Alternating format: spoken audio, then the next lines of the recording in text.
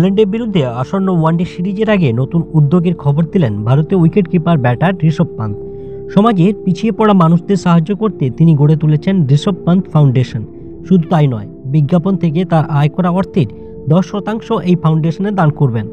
জাতীয় দলে সুযোগ পাওয়ার ও সাফল্যের জন্য তিনি সমাজের নানা স্তরের মানুষদের কাছে কৃতজ্ঞ। সেই কৃতজ্ঞতা থেকেই তিনি এমন উদ্যোগ নিয়েছেন। বহুদিন ধরেই এমন একটি প্রতিষ্ঠান গড়ার কথা ভেবেছিলেন পান্ত। এবার সেই স্বপ্ন বাস্তবায়িত হলো। আগামী কয়েক মাসের মধ্যেই এই ফাউন্ডেশন ঠিক কোন ক্ষেত্রে কাজ করবে তা জানাবেন তিনি।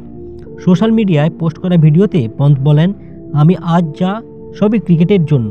জীবন আমাকে অনেক কিছু শিখিয়েছে। ভয়ঙ্কর দুর্ঘটনার পর যেভাবে ঘুরে দাঁড়িয়েছি তাতে আমি কৃতজ্ঞ। এবার আরও মানুষের মুখে হাসি ফোটাতে চাই। 2022 সালের ডিসেম্বরে এক ভয়াবহ পথ দুর্ঘটনায় গুরুতর আহত হন পান্ত। দীর্ঘদিন হাসপাতালে কাটানোর পর 2024 সালে মাঠে ফেরেন। এবার আইপিএলে লখনৌ সুপার জায়ান্টস দলের অধিনায়ক হিসাবে মাঠে নামবেন। নিজের লড়াইয়ের অনুপ্রেরণা থেকেই সমাজের দুস্থ মানুষদের পাশে দাঁড়ানোর সংকল্প নিয়েছেন পন্ত।